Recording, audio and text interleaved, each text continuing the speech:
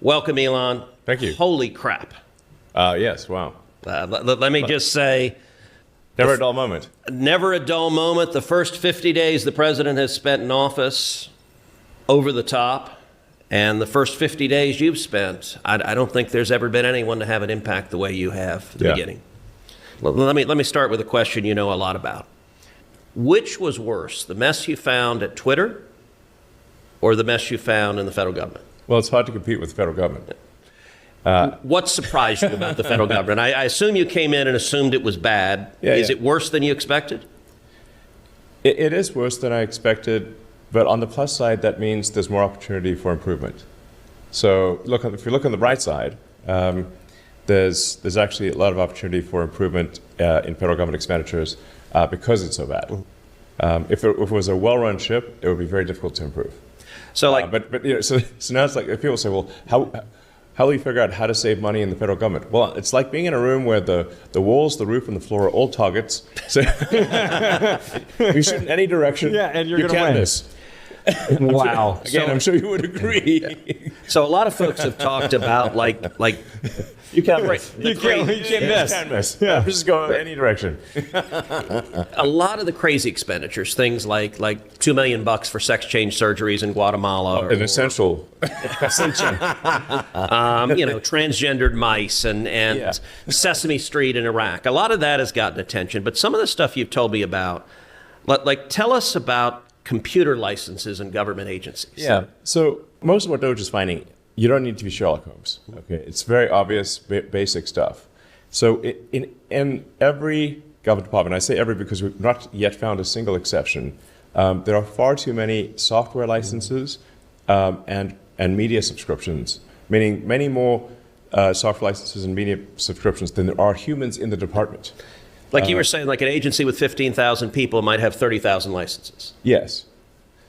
and even of the 15,000 employees, a good chunk of them hadn't used the license, had never logged on or used the application. Yes. We found entire situations of software licenses or media subscriptions where there were 0 logins. Wow. So it had and yet we were paying for it. Yes, so the government was paying for thousands of licenses of software or media subscriptions, and no one had ever logged in even once. Or like credit cards. You found the same thing with government credit cards. We found that there are twice as many credit cards as there are humans. That's just and I still don't have a good explanation for why this is the case. And these are $10,000 limit cards. So it's a lot of money. Is it incompetence that you're finding, or is this like the biggest money laundering scheme in the history of the world that you're finding?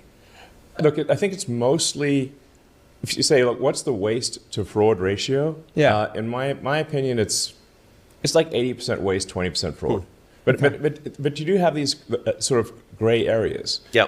So, Example would be, so we saw a lot of payments going out of Treasury that had no payment code and no explanation for the payment. And then we'd try to figure out what that payment is, and we'd see that, okay, that contract was supposed to be shut off, but someone forgot to shut off that contract, and so the company kept getting money. Wow. Now, is that waste or fraud? Yeah, both. Both. Yeah. Yeah, exactly. I mean, both. It's sort of, you know you're getting something you're not supposed to get. You're not supposed to get it, but the government sent it to you, and nobody from the government asked for it back. So take, for example, the $1.9 billion given to Stacey Abrams, a fake NGO. Utter insanity. Explain that. Forget the story. That's corrupt.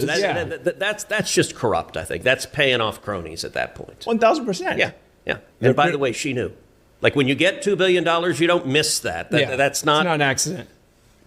Allegedly, it was for environmentally friendly appliances or something, and they've given like 100 appliances so far for $2 billion. It's a very expensive toaster. But they're really nice. One hell of an appliance. That Sub-Zero fridge, boy, it's nice. Right. This is obviously one of the biggest scam fraud holes we've uncovered, which is really crazy. Is that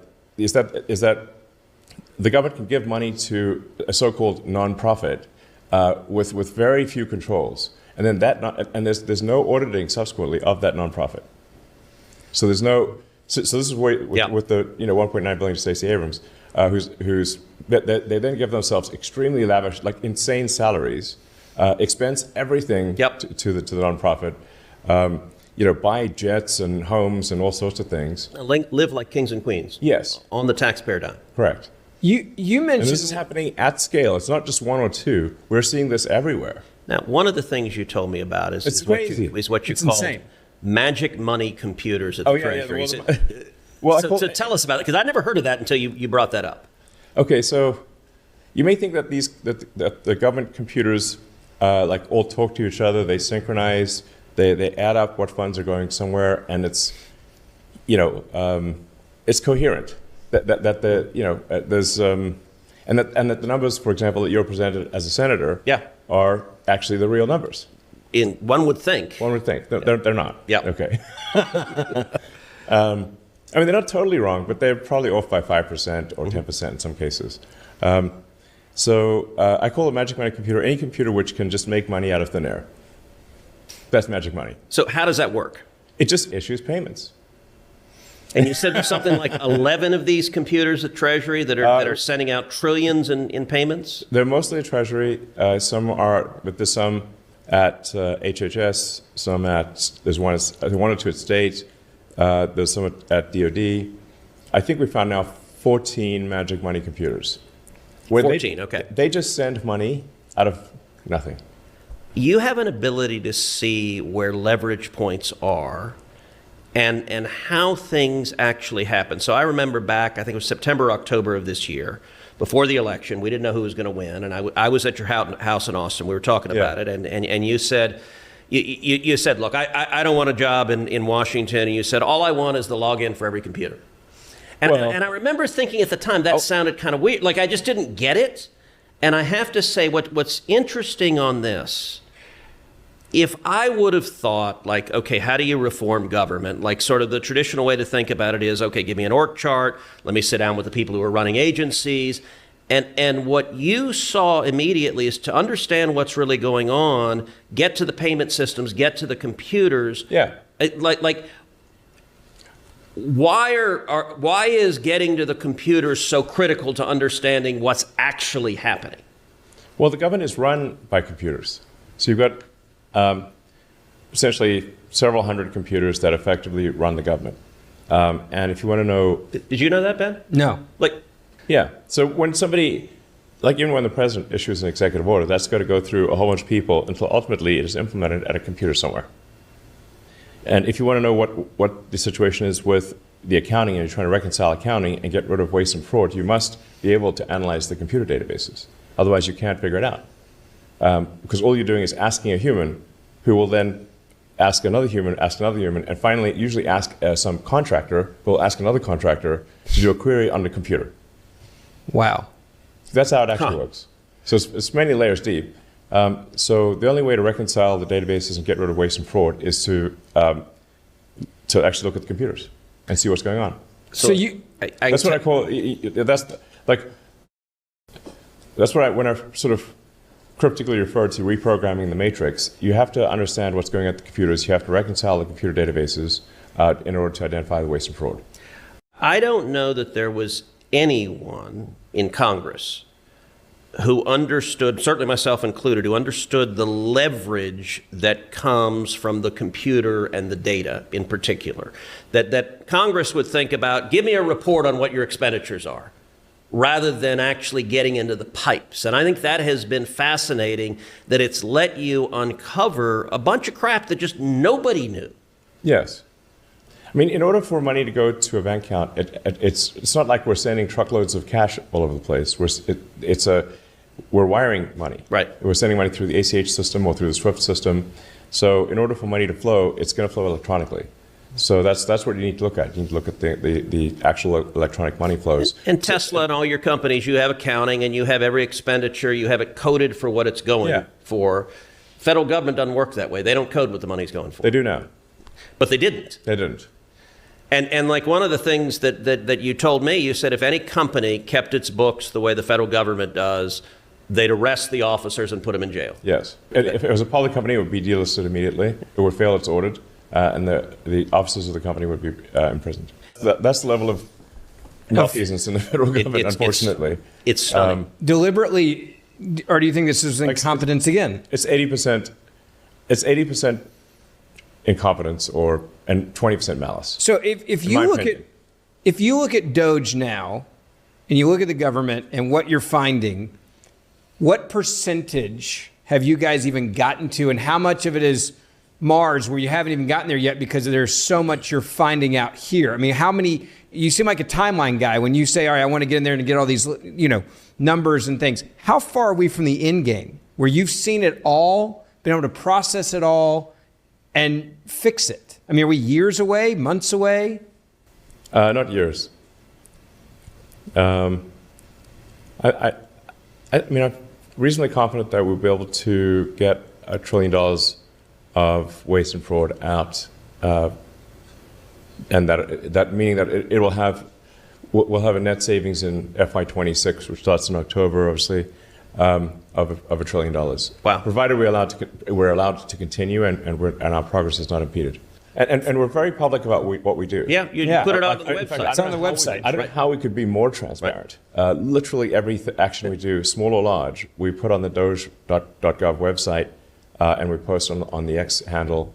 And when people complain about it, and they say, "Oh, you're doing something unconstitutional," I'm like, "Well, which of these cost savings?" You're doing it in the daylight. I mean, everyone knows exactly what you're doing. Extreme transparency. Yeah. So I don't think anything's been this transparent ever. So 5 years ago, you were a hero to the left. You were cool. You had electric cars. You had space. And in 5 years, you've gone. I could go to a party in Hollywood and not get dirty looks. Yeah. In fact, yeah. And now you might not even get invited. I think it's Still get invited, but I don't know if I should go. And I don't think it's an exaggeration to say today, after Donald Trump, the left hates you more than any person on earth. Yes, I appear to be number two. I mean, if you're judged by the various signs, it's derangement. It's Trump derangement syndrome and Elon derangement syndrome. Yes. How is that for you? That's a little bit of whiplash of going from being like Mr. Cool to the devil incarnate in just a couple of years. Is that kind of weird to experience, that transformation? Yes. Why do they hate you so much? Well, because we're clearly over the target. If DOGE was ineffective, if we were not actually getting rid of a bunch of waste and fraud, and a bunch of that fraud, I mean, the fraud we're seeing is overwhelmingly on the left. Mm-hmm. I mean, it's not zero on the right, but these NGOs are almost all left-wing NGOs that are being funded, for example. Yep. So they hate me because DOGE is being effective, and DOGE is getting rid of a lot of waste and fraud that people on the left were taking advantage of. That's what it comes down to. And the single biggest thing that they're worried about is that DOGE is going to turn off fraudulent payments of entitlements. I mean, everything from Social Security, Medicare, unemployment, disability, small business administration loans, turn them off to illegals. This is the crux of the matter. Yep. Okay. This is the thing that why they really hate my guts and want me to die. And do you think that's billions, hundreds of billions? What do you think the scale is of that? I think across the country, it's well north of 100 billion, maybe 200 billion. By using entitlements fraud, the Democrats have been able to attract and retain vast numbers of illegal immigrants. And buy voters. And buy voters, exactly. They basically bring in, 10, 20 million people who are beholden to the Democrats for government handouts and will vote overwhelmingly Democrat, as has been demonstrated in California. This is overwhelming. It's an election strategy. Yeah. Yes. It's power. Yes. And it doesn't take much to turn the swing states blue. I mean, often a swing state might be won by 10, 20,000 votes. Sure. So if the Dems can bring in 200,000 illegals and over time get them legalized, not counting any cheating that takes place, because there is some cheating, but even without cheating, if you bring in illegals that are 10x the voter differential in a swing state, it will no longer be a swing state. Right. And the Dems will win all the swing states, just a matter of time, and America will be permanent, deep blue socialist state. The House, the Senate, the presidency, and the Supreme Court will all go hardcore Dem. They will then further cement that by bringing in even more aliens. So you can't vote your way out of it. Their objective is to make it one-party socialist state. Yeah. And it'll be much worse in California because at least California is mitigated by the fact that someone can leave California. Right, you can go to Texas. Yeah, exactly. That's what but you they're did. going to make everywhere California but worse. By the way, the middle of the pandemic, I spent 45 minutes on the phone with Elon. He was still in California. I was walking my dog, Snowflake, and trying to convince you, come to Texas. The commies in California can't stand you. We love you. We want you here. And you didn't quite go then, but you went not that long afterwards. I mean, the COVID actions almost killed Tesla because they let every other auto plant in the country was allowed to open, but ours, which was in California, was not allowed to open. Wow. So they almost killed Tesla. So as a personal matter, do you ever regret it? Like 5 years ago, you go to the Oscars and we're Mr. Cool, and now you've got death threats every day. Like, do you? Well, these days the Oscars are boring. I wouldn't want to go. God bless the movies they nominate. No one on earth has ever seen. Like, could they actually nominate a movie that human beings go watch? I mean, how many great movies have come out in the last several years? Very few. Depressingly few. Yeah, very few. The last Oscars came and went. I didn't even watch it. There's nothing to see. I was sad that Gene Hackman just passed away because Unforgiven was spectacular, but that was a long time ago that Unforgiven came out. You mentioned today here and before about the possibility of someone wanting to take you out, dealing with the death threats. It's not in my imagination. You can just look on social media. Yeah. But like, is it because? They make that very clear. Yeah, and look, I'm very familiar with that. And they've got signs. There are people with signs and demonstrations saying that I need to die. Do you think, are these just whack jobs, or do you think there are foreign... Not sane people. Yeah. Do you think there are foreign entities behind this? Do you think there are domestic entities behind the threats and also the attacks to Twitter, or not Twitter, Tesla? I mean, you're getting Tesla's charging stations lit on fire. Do you think that's organized and paid for? Yes. At least some of it is organized and paid for, I think, by domestic... basically left-wing organizations in America funded by left-wing billionaires, essentially. Is it like ActBlue or what? ActBlue is one of them. There's Arabella, the classic. It's funded by the blue, basically the left-wing NGO cabal. How big of a threat is this to what you built at Tesla? I mean, I remember when Teslas came out, it was people that they didn't want to have gas cars. A lot of it was environmental reasons. I jokingly said, I was like, I'm a Texas guy. I'm always going to have something that burns gas. My kids now, all three of my boys, think that Teslas are awesome. The Cybertruck is the car they want their dad to buy, which I laugh because I never could have imagined that 5 years ago. And now I'm looking at... Well, we're at the White House and the president's Tesla is parked right outside the West Wing, which is the coolest damn thing. But I mean, you've changed a generation. When you look at my kids are 6 and 8 and they're going, Dad, buy a Cybertruck. And I'm considering it. That's a full circle in a weird way. Yeah. Well, I do have this theory that the most entertaining outcome is the most likely. So, it seems often to be true. If you say, what twist or turn of fate would generate the highest ratings? If we were a TV show, what twist or turn of fate would generate the highest ratings? There's a good chance that happens. Well, I will say if ActBlue and Arabella Networks... ActBlue is a huge scam, next level. Do you think it's foreign money, Chinese money? Where do you think the money in ActBlue is coming from? And how do you figure that out?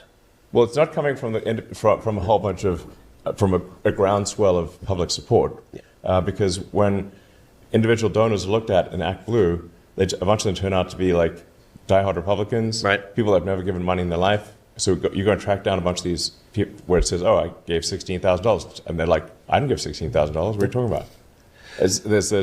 Well, if those Republican friends of mine found themselves on the ActBlue list, they're like, "It definitely wasn't me." So that's if it can actually be shown that they are funding firebombing of Tesla charging stations. That's objectively a criminal act. That is funding terrorist activity, right. and the statutes make clear that an incendiary device qualifies. So that's a big deal. Is a terrorist activity. Yeah. Let me ask AI. In 10 years, how is life going to be different because of AI for just a normal person? Well, 10 years is a long time. In 10 years, probably AI could do anything better than a human can, cognitively. Probably almost, I think in 10 years, based on the current rate of improvement, AI will be smarter than the smartest human. There will also be a massive number of robots. So humanoid robots. By the way, I got to ask, how come your robots look so much like the creepy robots from iRobot? Was that intentional or just... I was hoping he was going to say, yeah, just to mess with you. It's not meant to look like any prior robot. We'll iterate the design. You'll be able to have... A lot of the robot parts are cosmetic. You'll be able to switch out the kind of snap-on cosmetic parts of the robot, make it look like something else if you'd like. So there will be ultimately billions of humanoid robots. All cars will be self-driving. In 10 years? In 10 years, probably 90% of miles driven will be autonomous. Huh. Wow. That fast? Yeah. In 5 years, probably 50% of all miles driven will be autonomous. Now, if AI will be smarter than any person, how many jobs go away because of that? And what do people do if you've got millions of people that are losing their jobs? Like that, a lot of people are understandably freaked out about that. Well, goods and services will become as close to free. So it's not as though people will be wanting in terms of goods and services. So why is that? Why are goods and services free in an AI world, or close to free? Well, you have, I don't know, call it tens of billions of robots. That they will make you anything or provide any service you want for basically next to nothing. It's not that people will have a lower standard of living; they'll have actually a much higher standard of living. The challenge will be fulfillment. How do you derive fulfillment and meaning in life? Is Skynet real? Like you get the apocalyptic visions of AI. How real is the prospect of killer robots annihilating humanity? 20% likely, maybe Wow. 10%. On what time frame? 5 to 10 years. So soon, like you see a world where that's possible. Yeah, but I mean, you could look at it like the glass is 80, 90% full, meaning like 80% likely will have extreme prosperity for all.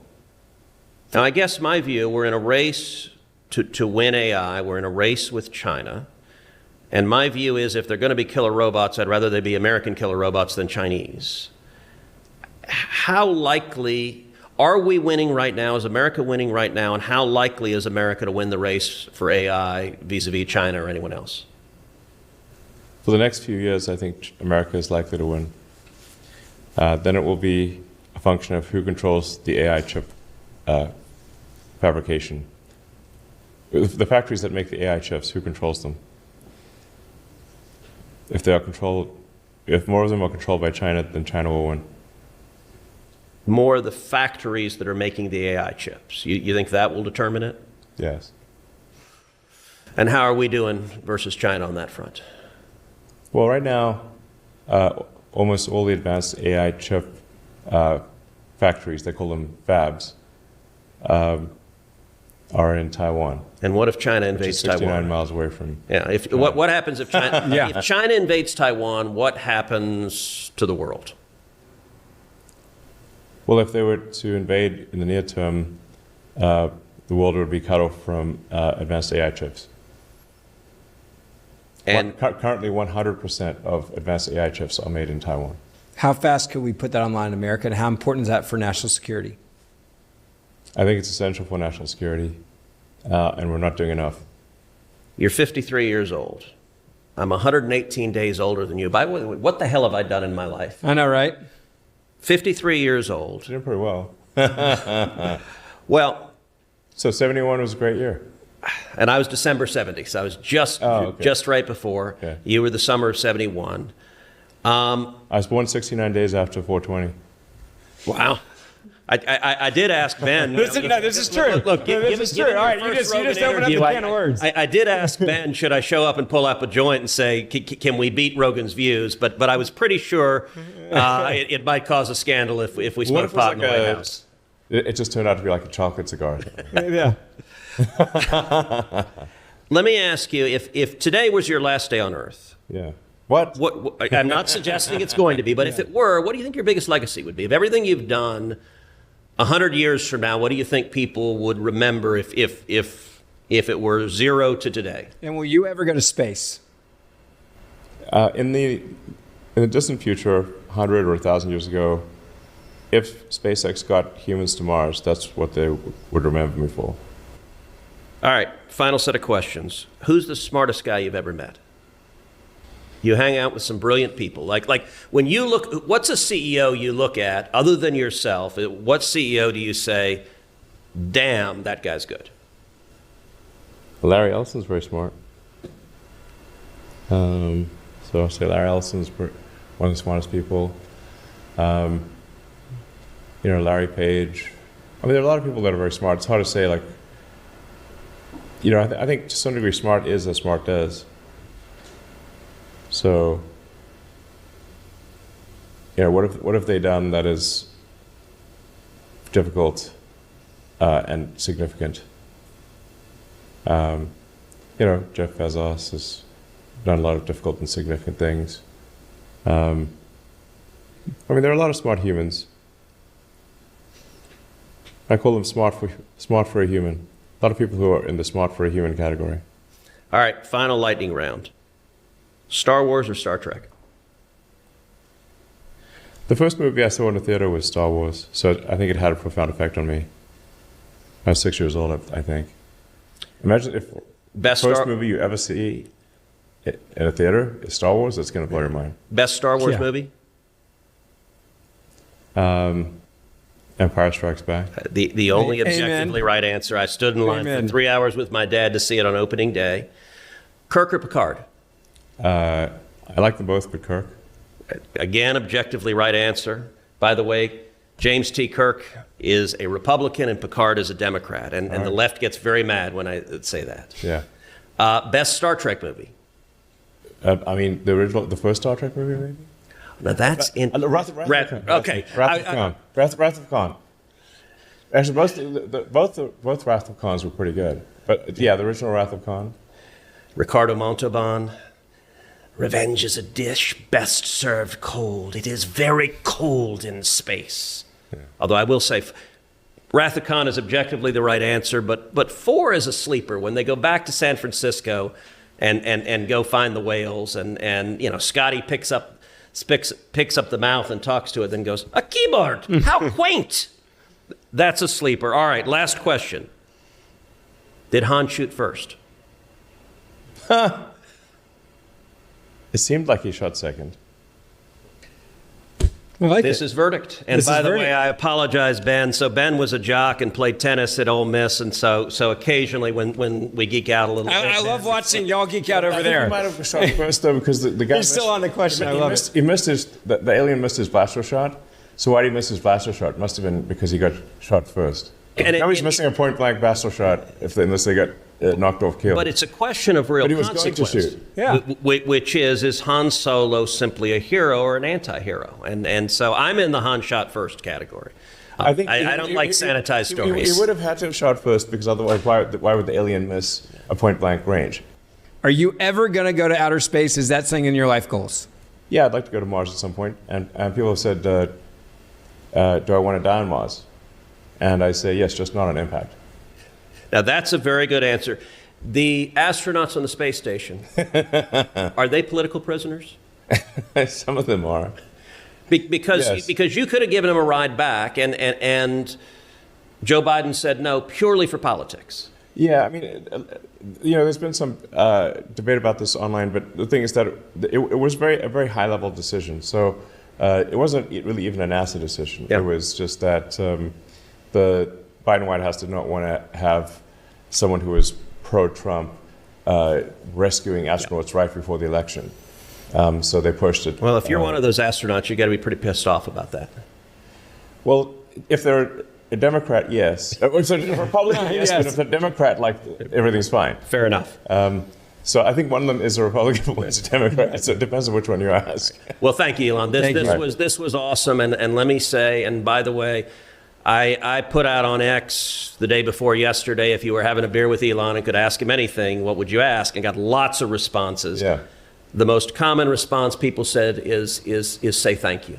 Look, right. Texans and the American people appreciate what you're doing. Sure. You don't have to put up with this BS, and you're doing it. I'm grateful. You're making a hell of a difference for this country. I appreciate you, and the Americans appreciate you. Thank you. It's essential for the future of civilization. Otherwise, I wouldn't be doing it. Yes. It's not like I want to get death threats, you know? No. Don't forget, we do this show Monday, Wednesday, and Friday. Hit that subscribe or auto download button from the White House. It's been a pleasure. Thanks for being with us on Verdict. We'll see you guys back here in a couple of days.